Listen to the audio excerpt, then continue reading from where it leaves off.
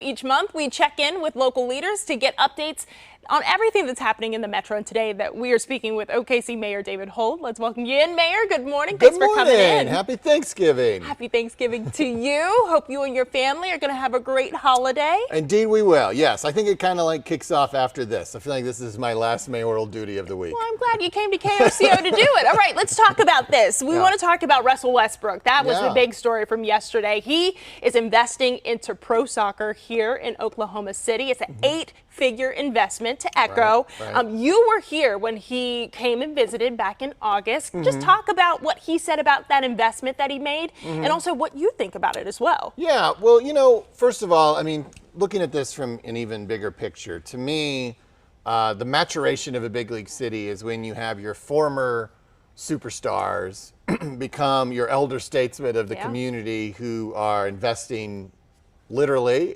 maybe for business purposes, also doing philanthropic giving, you know, being kind of a face out in the community.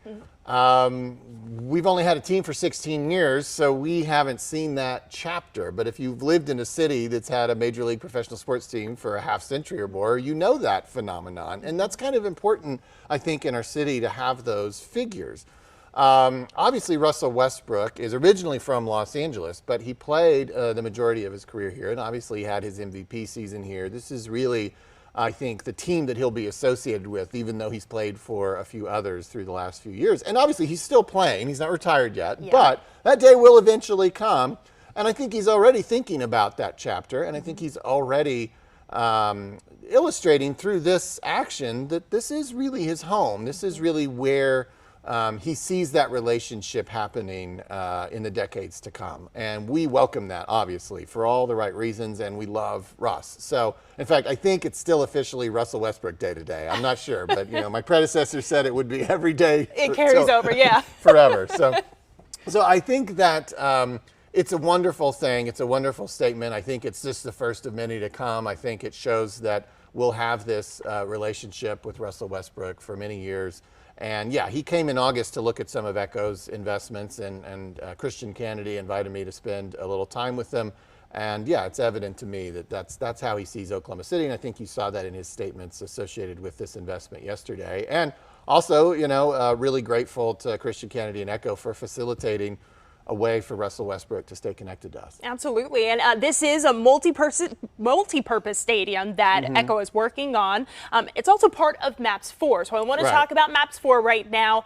The latest update when it comes to that project is you all were given this land from Echo for that multi-purpose stadium and also an animal shelter too. So just kind of update us on all things MAPS 4 right now. Absolutely. So MAPS 4, you know, passed in 2019, but is a pay-as-you-go program, meaning that we don't ever borrow money as part of MAPS in any significant quantities. We wait for the funds to come in, and we're still collecting the MAPS 4 tax. We will be for 4 more years. So, you know, it takes a little time. And fortunately, people are patient because now that we have kind of a pipeline of other projects happening in this 5 years that we've been collecting money and planning for MAPS 4, we've also been opening a lot of MAPS 3 things. But MAPS 3 ended earlier this year, and now it's really MAPS 4's time. And so, you know, we've got the State Fair Coliseum under construction. We broke ground on the diversion hub a few weeks ago. We will break ground on the animal shelter coming up in February. And then the multipurpose stadium now looks on track to break ground in 2025. So the multipurpose stadium is going to be on land that was donated by Echo. It's surrounded by land owned by Echo that now Russell Westbrook is a part of as well. And that will be a really cool development south of Bricktown. It's on what people locally who've been here a while may remember as the Cotton Oil Mill site. Okay. But when that was relocated in the last decade, suddenly you had a piece of land almost as big as Bricktown that's just sitting right there on the boulevard just south of Bricktown, just east of the convention center and the train tracks. So that's where we're putting the MAPS 4 stadium. So that's the public contribution, but around it will be a lot of private development by Echo and Russell Westbrook and Christian Kennedy and all these folks. Mark Beffert's involved in it. And so it's another exciting opportunity for growth for our city. And much like previous investments through MAPS, MAPS often serves as sort of a catalyst. You know, we kind of, you know, we put in the ballpark, we put in the canal, we put in this stadium. and things sort of grow around it, fueled by the private sector. And I do want to just ask, you had said MAPS 3 had just completed at the beginning of this year. You're really saying MAPS 4, it's time to shine. I mean, just reflecting on all the growth that's happened in the city and thinking about all of the visitors that are coming into Oklahoma City every day, what do you think about the growth and what's next for Oklahoma City in the future? Yeah, I mean, look at what we already know is coming, not speculative things. We already know we've got $1 billion of MAPS 4 quality of life initiatives still yet to roll out over the next decade. We know we're going to open a $1 billion new top-tier NBA arena 4 years from now. We have a high level of optimism that we're going to be a partner with Los Angeles and their hosting of the Los Angeles Summer Olympics in 2028. Just in a few months, we're going to open the $400 million Ocana Resort on the Oklahoma River. The $200 million convergence development on I-235, just on the fringes of downtown in the Innovation District, that's going to open in the next year.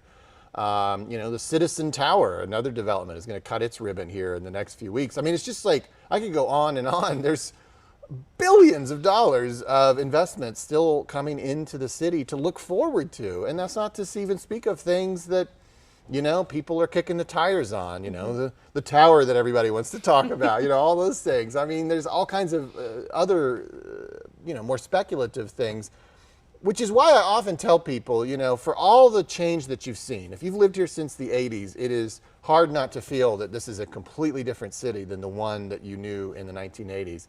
For all the change that you've seen, it's really, I think the next 20 years are going to be even more dramatic. I think the growth here, we're just really arriving on the national stage now, and I think we're going to see amazing things happen. Oh, the Oak just opened. I mean, I could go on and on. There's so many cool things happening. There's a long list of things that are happening in OKC right now. I want to thank you for taking the time to come in and update on all things happening for OKC. Happy Thanksgiving. Yeah, well, listen, obviously we have a lot to be thankful for. So a lot to happy be thankful Thanksgiving to everybody in Oklahoma City. All right, Mayor Holt, thank you so much again. Thank you.